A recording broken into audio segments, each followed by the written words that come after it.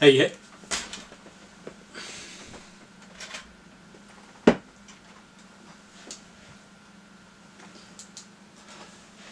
Breaking the furniture. That's always a great way to start.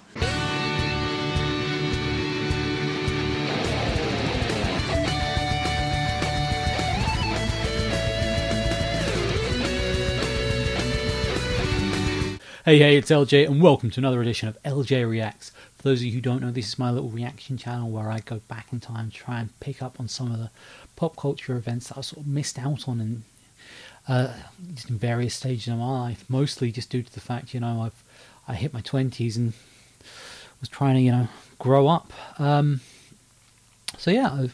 doing mostly music videos, although I do have a couple of other things which, if you check the channel, they're all on there. And hey, if you like what you see, don't forget to like, share, subscribe to the channel. Don't forget, ring the bell. It's quite important you share it too, because if you like it, someone else may see it and they may like it, and they may share it and someone else may see it, and then of course all of those will go and they'll watch more videos, which will up my subscriber count and my view count, which will give me more inspiration to keep going, which if you like what I'm doing, means you get more content. So really, you're doing that as much for yourself as you are for me. Yes, I can speak English today. Also, don't forget, I've got all the social medias. I do have a Threads. It's the same as the Instagram. I'm just no good with the new technology. So my Threads, where it's not linked properly to Instagram yet, doesn't update as regularly, but yeah, no, feel free to follow me on that as well. If I'm doing any other projects, they will be on the Linktree. I haven't done a live show in 2 months, so there's no point in me plugging those right now.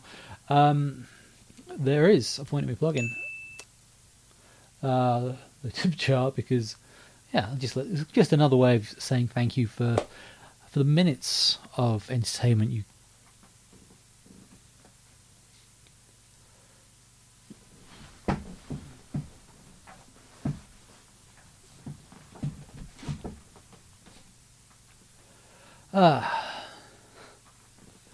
So as a teenager, I was a fairly big Jimi Hendrix fan. I was just discovering guitar music, and then there's just like this one guy who's seen as like this god, and you just sort of put on any of his records and just like, yeah, I totally get this appeal. And Electric Ladyland for me, I held it in such high regard. It was actually quite intimidating for me to listen to it. Really, I don't know how to describe it. It's not like it's not like the Iowa album from Slipknot, which just terrified me because Angry Screaming Man. There was just something about the artistry to it. It was incredibly intimidating to someone who was a total guitar novice. Just to be like, wow, that's about as far away from where I am now guitar wise as it's possible to be. You just sort of say here about going to see someone live, but as Hendrix died 16 years before I was born, I don't have one of those stories, which is a shame. That would have been an amazing experience. Well, would it? Jimi Hendrix in the early noughties, he would have been 30 years older than when he died, so I don't know, 57. He probably still would have rocked harder than certain acts out there in the world right now. I'm not gonna name any names because it would, because I feel the references would date. But yeah, so talking about Hendrix, because a new album of his just been released in the last few days. It is from the Hollywood Bowl. He did a festival there supporting the Mamas and the Papas, and basically it was 5 days or so before the Are You Experience album was released. Released a couple of singles that hadn't gone very well, but a lot of people sort of look at the Are You Experienced album and sort of like what really made them. And I guess in America it really was, because he'd been doing all right in Europe and here in the UK. I mean, he had like Paul McCartney and Jeff Beck and Eric Clapton vouching for him. So with people like that vouching for you in the mid '60s, you kind of were on a good path. But yeah, so this is from August 1967, and yeah, so this was before anyone really knew who he was, and yeah, this is so I've chosen a track today that's a cover version. It's quite fitting because it's a cover version of a band I have covered recently. Which, when you think about how many singers I've done that would have been around at that time, I think there's maybe 3 or 4. So you kind of can see where this is going. But yeah, for those of you who've never heard sort of Hendrix's covers, one of the first Hendrix tracks I heard was it was like a bootleg version of Bob Dylan's "Like a Rolling Stone." I heard that, I was just like, it sounds like someone I've got to listen to more of. I've not heard it. I've not actually heard that version in ages, but yeah, it's. I mean, he did a lot of great sort of Dylan stuff. Most famously, of course, All Along the Watchtower. He completely redid that. He also did Cream's "Sunshine of Your Life" so well that Eric Clapton was like, I can't believe that's a song I wrote, and he does it that well. It's as if the song's his own now. And you could keep going up and down the list of all the Hendrix covers, but he was just something else. There's never been another one like him, and I doubt there ever will, really. But like I said, right here for this performance, most of the crowd didn't know who he was. I think his biggest selling single had reached something like a 65 in the American US Billboard charts. So, but yeah, here he is, like I said, at the Hollywood Bowl, and he is playing the Beatles. I don't know if it's really a classic, but it is the opening track from one of the greatest albums of all time. It's Jimi Hendrix giving his spin on Sgt Pepper's Lonley Hearts Club Band, and I'm really looking forward to this. It came out 4 weeks ago, and it's already had over 100,000 views on YouTube here. What's the current number? 102,531. Well, this is 102,532. Just for you people. And yeah, I'll throw it out there what I think as I go along.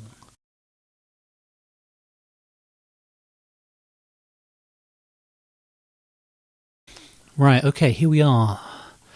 Sgt Pepper's Lonely Hearts Club Band. Don't know if this is actually going to be. I'm pretty sure it's not the live version. I don't know if they've done like an animation, like lyrics video, like I've done in the past.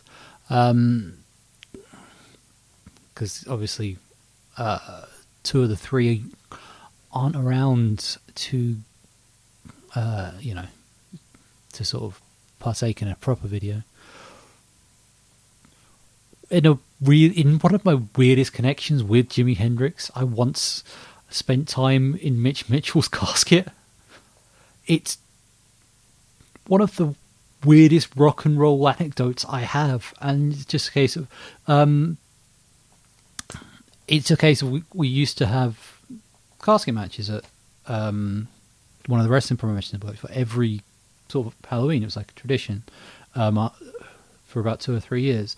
And it just so happened that the casket we got hold of was the one that Mitch Mitchell was brought back to this country and after he passed away. And just one day I was just sort of like, that looks pretty comfortable. And what do you know? It was super luxurious. That is my random Jimi Hendrix connection. It's not the one you were expecting. All right, let's fire this up. It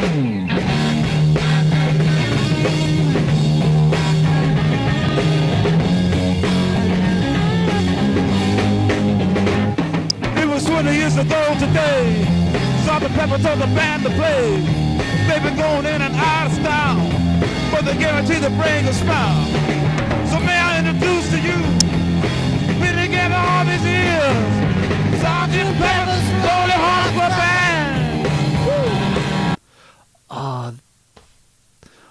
There's something. It's been a while. It's been a few years since I've heard like the original.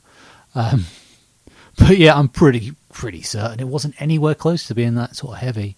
They're really sort of kicking up the tempo just here. This is, man, I do love me some Hendrix. Hendrix is just amazing. Yeah, let's keep this going.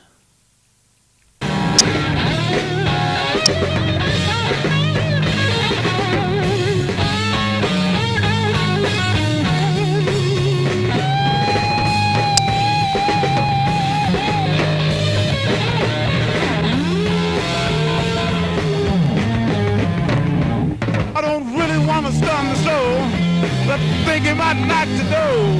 We're gonna sing a song, and he wants you all to join along. So now I introduce to you one and only British shit, Sgt Pepper's Lonley Hearts Club Band. Don't want to comment on Billy Shears. Those who don't know, supposedly in the mid-60s, Paul McCartney suffered a tragic car accident. He was replaced by a look and sound alike named William Shears, who then had plastic surgery to look more like Paul McCartney. And it's just and there's like a thing of like phone numbers in album covers where you ring up and it's like, oh, you're getting closer, and Abbey Road, it's like 27 if he had lived or something on one of the car number plates. It's I do love conspiracy theories, and that's a brilliant one. But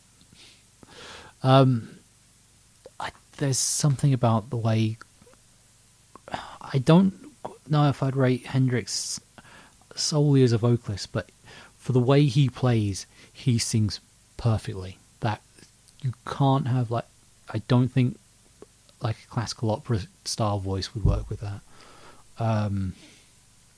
Unless you're someone like Rob Halford, who's got a voice. Even then, it's not quite. Rob Halford, I know who I'm talking about.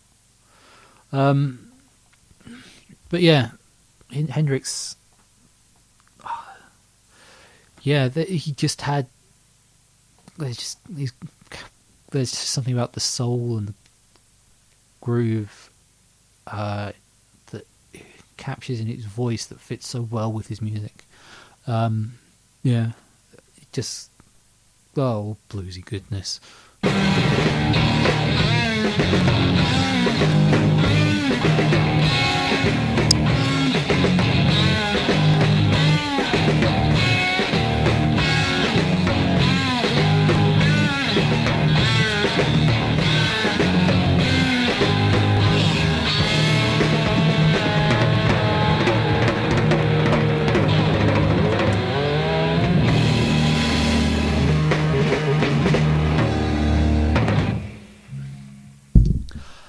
Just listen to the drum track just at the end there. It's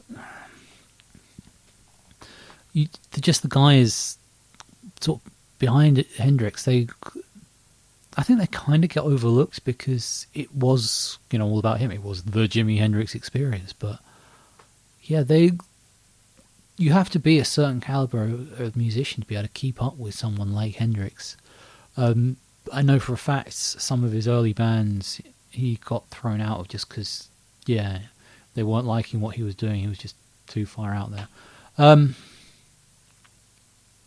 But moving on, let's give it some final thoughts, shall we? Been together all these years.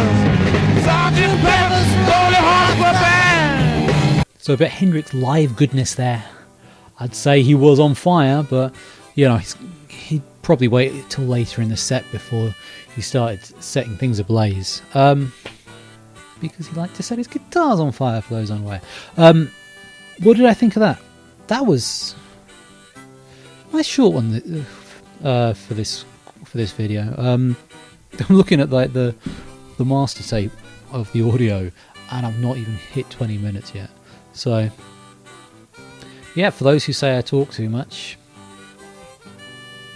for a 2-minute song, I probably still talk too much.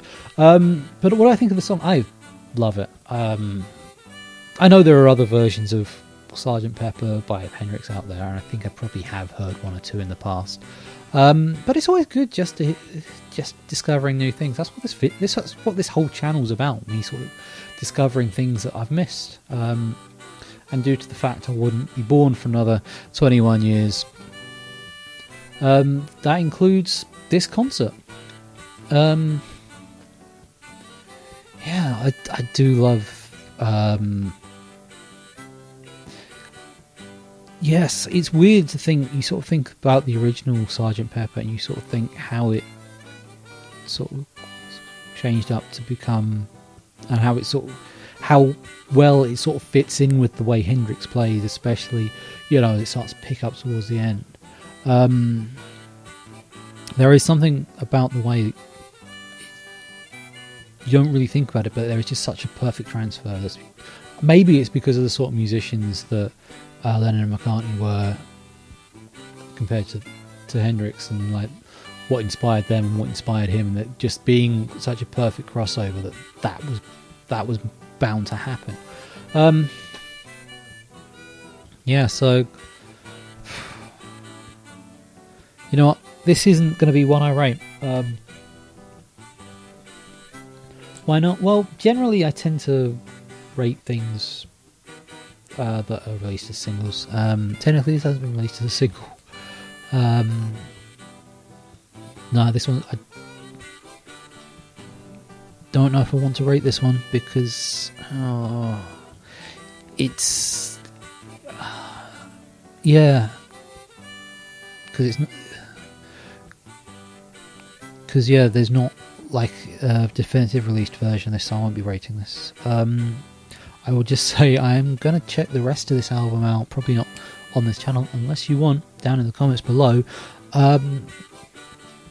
So yeah, with that said, we need more Jimmy in this world. You were a light that burned so bright for too short a time. Although some pretty amazing conspiracy theories out there. Hendrix the Last 24 Hours, I watched a while ago. It's an interesting look at what happened to him and all the people surrounding him towards the end of his life. Yeah, if you're a conspiracy person, check it out. And with that gone, I'm going to say this: like, check it out, tip the dealer. Yeah, don't forget, like, share, subscribe. You know how this works. I do these every Monday and Thursday. Sometimes I'll chuck an extra one out there if I'm feeling particularly productive. And with that all said, like I said, I'm sticking with mostly new releases this month, just because there's a lot I want to get through. I think there's a couple of requests that might fulfill that as well, so I might chuck a couple of requests at the end of the month, just as a thank you for all those who stuck with me. Don't forget, any requests you do have, you can chuck them in the comments below. They're the best. That's the best place to go. Although I've had a couple on both Facebook and Instagram that are on the list. I haven't gone into them yet, but they are on the list. So yeah, I'll probably do a bunch of requests over Christmas and the New Year. And with that said, I'm gonna call it a day here. So hope you've enjoyed the video. Thanks for sticking with it to the end, those who have. I've been LJ. It's been emotional. It was 20 years ago today. Sgt Pepper told the band to play. They've been going in and out of style, but they guarantee to bring a smile. So may I introduce to you, been together all these years, Sgt Pepper's Lonley Hearts Club Band. How did I have this in the past? Because it was never this awkward. I'm sure it wasn't. So Hendrix there. I'd say On Fire, but knowing Hendrix, it was probably that portion of the... Let's try that again. I think anyone wants to hear me talking about spending time in Mitch Mitchell's casket.